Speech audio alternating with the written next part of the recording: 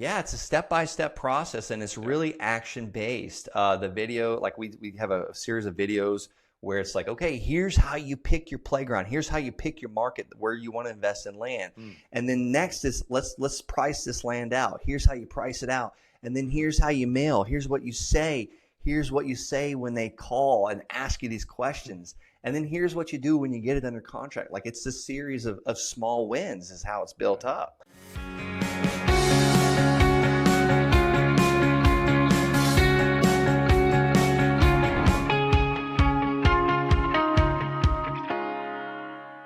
Hey, welcome listeners. Today I have the distinct honor and privilege of having Brent Bowers today on the show. He is the founder of the Land Sharks, which is an intriguing idea and concept to me. So I'm excited about getting into the conversation with him today. But first, welcome Brent to the show. Hey, Paul, Neal, nice to meet you. Nice to be talking with you, and I'm excited. Yeah. Yeah, great, man. Well, I know you have a really unique angle and things you're doing, so I want to dive into that. But before we get there, tell us a little about your history. I think you have some military experience, and then how you kind of made your way into this world of that we're going to talk about. Yeah, I was just talking. I did a little time in Virginia training out there as well, kind of close to you, or not, I guess in the same state, really. Yeah. Not close to the water like you are. But yeah, I started in 2007, bought that first rental property, learned the path to success was through the gutter with that, and owned that property from 2007 to 2019 and never ever made a penny on it. But I feel like it's just that's part of the just the path of growth and just learning. Took a break from real estate from about 2007 to 2013. I really just was a big quitter. 2008, 2009 was pretty tough on me. Went from owning a business to getting my real estate license to buying that first rental to homeless, and then needing to move in with my in-laws. And I just needed a reset on life. I was like, I got to go back to school. So tried to join the Air Force. They wouldn't take me. And the Army ended up letting me in. Did a couple deployments to Afghanistan. And I was like, man, I got to get the heck out of this military. Like 8.5 years of that. I was only home about maybe 4 of those years. And I was just looking for opportunity and looking for a business that, would serve me and my family, and found land investing. Wow. Okay. Interesting story. Yeah. 2008-9 was a rough period for a lot of us. Anybody that was in business for themselves, obviously, or in real estate had a rough patch. So I totally get that.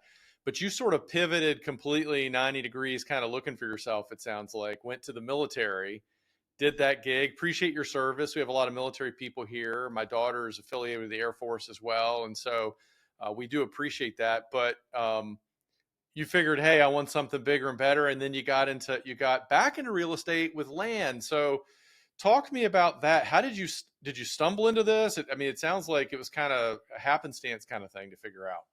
It totally was. It was really cool. Like my second deployment, I was actually going through a divorce too. It's hard to sustain a good marriage or a happy marriage when you're always away. Then the military pulls me out of my second deployment and sends me to college in Florida to be an Army officer. So like all these cool things were happening. I was excelling very quickly. So I started going to college. I bought the house next to the campus, and I started doing something called house hacking. And I didn't know that was what it was called at the time, but basically I was renting the rooms out to roommates. And I had a room and I was making money to live there. And I took the equity from that house very quickly in like 3 months, and then bought another property. And I just started racking up these rentals. Met my current wife now, my beautiful bride, and we got married really quickly because I was on another move. Like in the military, 8.5 years, I moved almost 9 times. Wow. And the military sent me out to Colorado, and I was like, well, I'm gonna try and pay off some of this debt from all these rentals I was accumulating, and none of them were making money. I was not cash flowing or anything, and things kept breaking on these houses. And I was just like, man, I got to make some money quickly in real estate. So I was searching all these ways to make money quickly, and it was wholesale houses. You don't need any money, you don't need any credit, you don't need any time. Well, which was good because I didn't have any of those. I was like, well, I had credit. I had decent credit. I had no money or no time. And I was spending like an absolute fortune in 2016, 2015, sending out postcards. I would send out like 6,000 postcards, get a couple phone calls, and I wouldn't be able to close the deals because I didn't have the time to work with the sellers. And it's really hard to convince a homeowner to sell you their house at a discount because they're so emotionally attached to these properties that like they raise their families there for 20 years or 18 years, and the house is like literally falling down, but they're told that their house is their biggest investment. So what do investments do? They always increase, right? So I just kept searching for answers while stumbling through that and racking up credit card debt, sending these postcards, these mailers to homeowners. And I heard a guy on a podcast talking about flipping vacant raw land, like nothing on it. And he was like doubling his money overnight. And I was like, man, if I can get half those results, like I am all in. So that day I immediately pivoted or flexed, like you said, pivot. I shifted, like Gary Keller talks about in his book, Shift. I shifted to mailing vacant raw land that was on the tax delinquent list. That was the first list I mailed. And my phone started ringing with sellers that actually wanted to do deals with me, that sellers that were willing to really let the land go for like pennies on the dollar. And, I started reaching out to realtors and buyers. And the first one I bought for $285, but it was non-buildable land. So kind of like garbage land. And a realtor bought it for me for $5,000. And the next one I bought for $500. And I was like, well, this land's completely landlocked. It's surrounded by state land in Colorado Springs.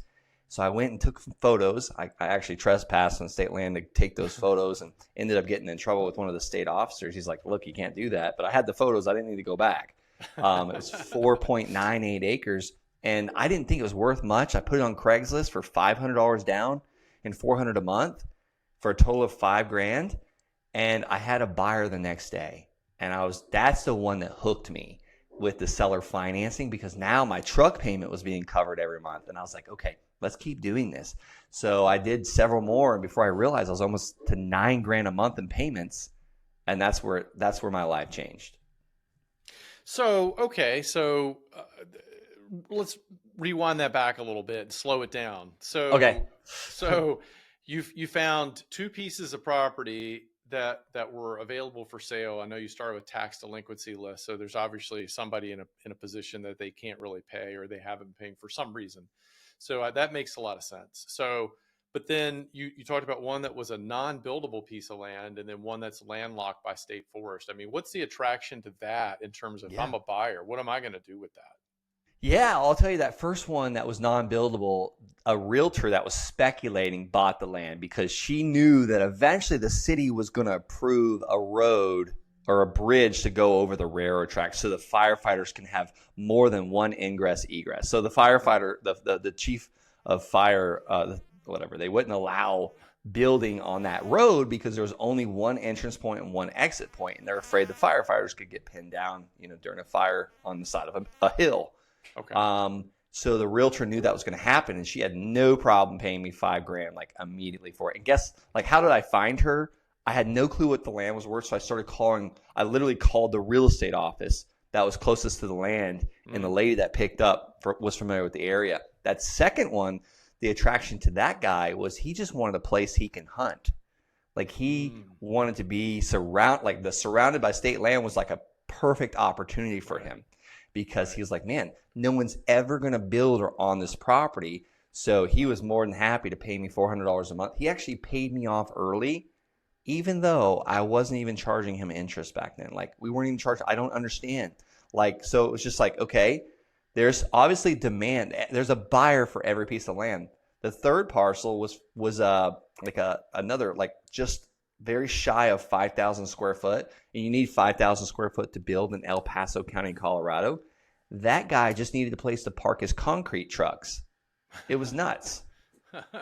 Okay, so you're identifying some interesting and unique needs or uses for the land that we think traditionally, particularly if you're a real estate investor, in terms of housing, you're thinking, okay, what am I going to build there? And single family, multifamily, or retail, or something like that. But all right. Very good. And so your whole thing here is going down this road, you said there was a turning point from you, and I know your website talks about, hey, I like this, become financially free without tenants, termites, or toilets. I love that tagline there. So how did you take these early successes and then systematize that and extrapolate it and scale it to something larger? Yeah, so I just kept going and going. Like we kept mailing. At first, it was postcards, and what I found about postcards was I became a land appraiser. A lot of people just wanted to know what their land was worth because you run out of that tax delinquent list pretty quickly. Like it's a very small niche list. So then we started mailing code violations, and then we just started mailing all the land around the area where we saw where we would where we could see the solds where land was selling because that told me there was demand. So it was like a definitely an evolution, and then we started sending actual purchase agreements, actual we call them land offer letters, LOLs, because every time we get one signed, we laugh out loud because it's like we just got a piece of land under contract that like half the value. Like it's worth 50 grand. We just got it under contract for $24,000. So, and if anybody wants a copy of that, we've been triple split testing this exact letter, split testing against other letters. And this one's by far performing the best as far as sellers of land signing it and mailing it right back to us. If anybody wants that, they can just go to thelandsharks.com/LOL as in land offer letter. And that one's working the best for us. So how it evolved was we just started looking for areas of demand where the land was selling. And you could find this on Redfin and Zillow for anybody that's like, I'm not even a licensed real estate agent. How do I find this? You don't have to be. I'm not a licensed real estate agent either. Not anymore. I let that go. Like that was too much work. Like continuing education and the credits Right. and all that. No way. But I just use Redfin and Zillow. These are free sites that tells me exactly what's selling. And you click on them, it tells you the price that it's selling for. And then what's really cool is if you scroll down a little bit more when you click on these, you see who listed it, who it was listed by, and who it was bought by. And that told me a very secret, like powerful weapon was these are the land specialist realtors. These are the guys that know more about this area than I do. So it allows me to do it from anywhere in the world. Right. Right. Okay. All right. So one thing led to another. You started with the tax list. You started expanding out, and now you've gotten very sophisticated. It sounds like by putting offers out there. And so, talk to us about this idea. So you get a contract, and then you're not buying the land, right? You're just getting a contract that you're then eventually going to resell kind of in a wholesale environment. Is that the strategy, or is that just one of the strategies that you guys use? You're right, Paul. It's just one of the strategies. And really, it just depends on what my bank account looks like. Am I able to afford to buy this today? Or do I need to assign my contract to someone else that has cash? I mean, my preferred method is to buy that thing and seller finance it to someone else because generally when I do that, I'm somewhere around 30 to 40 cents on the dollar. So I'm able to 3x my money at a minimum. And that's before I charge interest. Sometimes I collect more in interest on some of these parcels if they go through like the whole 20, 30 years than what I sold it for. I mean, and I didn't create this. Like I don't claim to be the smartest person. I just follow what smart people, what the wealthy do with their money. I mean, Warren Buffett and Bill Gates, they're buying a ton of land right now. Like they're billionaires, like they're super smart guys. I've been watching these guys on the news since elementary school, but also the banks. The banks are the biggest, prettiest buildings in every city in every state. There's a reason why, because what do banks make? Profit. And then they re-lend that profit out again. And the banks know, or the banks have created these things called 30-year mortgages. If you look at a $200,000 mortgage at 6% interest, if you pay all 30 years of those payments, 360 payments, $1,200 a month, you pay back over $430,000. You only borrowed $200. That's not really 6% interest, really. Like it's compounding interest.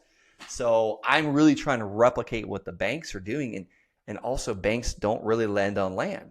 So that gives me a ton of opportunity when I buy this. The sellers have to do two things. One, give me a discount when I buy it, or they have to give me terms and allow me to make payments. And sometimes like I can get principal only payments. Basically, I said 0% interest. So really, seriously, you're finding people that are willing to do that. Oh, yeah. And here's the thing. It's a numbers game. Right. We can take this back to when I used to have to find a date for the dance in middle school. I knew if I asked 6 girls, I would get a yes. Like 5 no's, then one yes. And that's the same thing with land investing. We have to send it out to 100 people, and 99 out of those 100 people are going to say, "Heck no! Like, lose my address. Like, never mail me again. You insult me." Right. And you're going to take that negativity. But that's why I have a big rhino on my wall behind me, is because like we've got to have 3-inch thick skin. Like we got to be able to take the torpedoes and keep charging in this business. This is not a like easy I mean, everyone's like, "Oh, real estate's so easy." No, you got to get thick skin in real estate. Yeah, yeah. So okay, that's a good point. So you're obviously doing this for yourself successfully, and I gather you have a program that you can teach other people to do it as well. And who is that person? Who's that person that would be a good land investor? You think? You talk about having a rhino attitude. That's clearly one quality I think that's probably essential. Yeah, I mean, I'll tell you, like, for a while there, I didn't know who it was. I've only been teaching people this for about actually 2.5 years now. It's crazy how Mm, time flies. yeah. And like, we can talk about Alana. She's in New Jersey. She's a business owner. She has an interior decorating service. She's a single mother of 4 children. And she just did her fifth land deal. She's built some passive income. I think she's a little over $1,000 a month now. And that comes in every month. Like, it's going to come in for many, many years. That's an additional $1,000 a month. But she also, I think her third deal was a $25,000 net profit. Her fifth deal, she just closed. I just interviewed her on the Wholesaling Inc. podcast. But her fifth deal, she's waiting on a $20,500 check. Other people I've taught to do this is a lot of veterans, a lot of military personnel, Mhm. first responders. I have some police officers, because it's like, it's really the world's best side hustle. Like, you can do this on the nights and weekends. Right. So it doesn't conflict with what you're doing full time. You could just scale it up on the side or whatnot. I'm sure you teach them how to do it, how to find the people, how to approach them, and that sort of thing.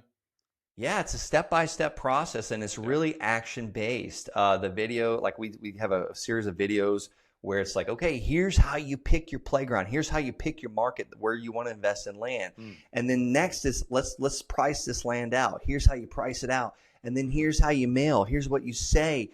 Here's what you say when they call and ask you these questions. And then here's what you do when you get it under contract. Like, it's this series of small wins is how it's built Right. up. Right. Right. Okay. So you've systemized a process for this.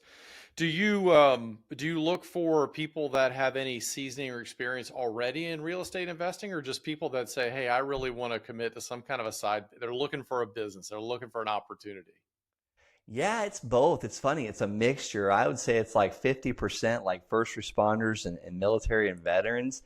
And the other side of that coin, with maybe like 30%, it's a lot of guys and girls that have had wholesaling companies or house flipping companies. Hmm. And they're just tired of messing with all the moving parts, and landlords that are just sick of the repairs, the unexpected expenses.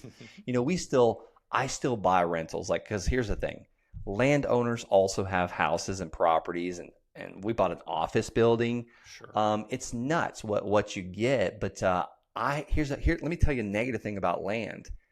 Like, the IRS taxes the heck out of me on this stuff. I don't have anything to depreciate. I don't have anything to cost segregate. So I have to use that land profit money and buy something else that's going to give me a tax shelter. So, we've kind of evolved into that as well. No, that's a really good point. Yeah, you can't depreciate dirt for sure. So, all right. So it's a great way to create a side hustle where you can learn the systems and start building passive income over time, because it sounds like your idea is you sort of add one to the other, to the other, to the other, over time and get this stream of income. So that Yeah. gives you the freedom to do what you want to do and then invest in other things. So you're diversifying your portfolio. That's exactly right. I did not get into land to get rich. I was running from a problem, and that problem was a third combat deployment coming up. And I just was tired of having that W-2 job, being told Yeah. where to be, what to dress. Like, haircut had to be like once a week, and I had to have this like exact uniform, and I was just sick of it. Like, I didn't want to keep going down that route like for the next like 12 more years until retirement. So I just needed to make enough money to pay my bills, and it turned into financial freedom very quickly. And it's powerful how quick you can scale this with a very small team. Like, I don't have a huge team. I have an executive assistant, a Hmm. bookkeeper, and someone that helps me buy this land. Yeah, yeah, that's the new American dream, I think, right? I mean, that's the idea. You want the entrepreneur wants to be able to create something and scale it and then buy their time back so they can live their life, right? Not have their business or their job consume their life as most of us were taught to do growing up. Yeah, that's so true. And it's like we're finally like it was built, and I haven't had a job since 2018. And when you like, it's Parkinson's law. Like, when the task will expand with the time you allow Mm, it. So when I went from working like 13 hours a day for the military, plus building my land business, plus we had a newborn baby, plus I wanted to see my wife at nighttime, mm. like I was so busy. And then I got out of the military, I had this huge void. So what did I do? I scaled my business, and I just started building and hiring all these peoples and taking on all these things that I shouldn't have done. And I turned into a crazy person, a maniac. Well, just recently, like in the last 6 months, we've just been descaling, compressing. We rented out the office. We canceled all the subscriptions. Yeah, And it's like we took almost the whole month of March off. yeah. And then at the end of June, we're leaving for Costa Rica for 6 weeks, to go to surf camp and all these things. So it's like, because the money comes in every month from the land notes, the land payments, the land buyers, and they never call with any issues. I think that's the best part, right? Yeah, no termites, no tenants, and no toilets. Yeah, they don't call. Well, I love the idea. I think it's a fascinating concept, and obviously you're doing quite well with it. So, Brent, just wrapping up, how do if someone wants to learn how to do what you're doing, how do they do that? How do they reach out to you? What's the best way? Yeah, I mean, the easiest way, go to the landsharks.com and schedule a call. Another way, I do a video each day on TikTok. Brent L, yes, the L stands for land. Brent L Bowers 1 on TikTok. And each day I'm putting out a video on how to make money with land. That's been fun. Do you dance on your TikTok videos? Heck no. I'm the least coordinated person, and I want to have my dignity. It was hard enough for me just to hit the record button, let alone to dance on there. I thought that's all it was. I literally thought it was about dancing. Yeah, yeah, that's. I guess I still think that, but anyway, no, I'm glad that you're there, and I was. This is exciting to have you on the show. Very interesting, a different take in the world of real estate investing and passive income, and clearly you've done quite well at it, and I love the concept. So I really appreciate you coming on today. Paul, God bless you, man. Thanks so much for having me. Yeah, absolutely. Well, have a wonderful day. You too.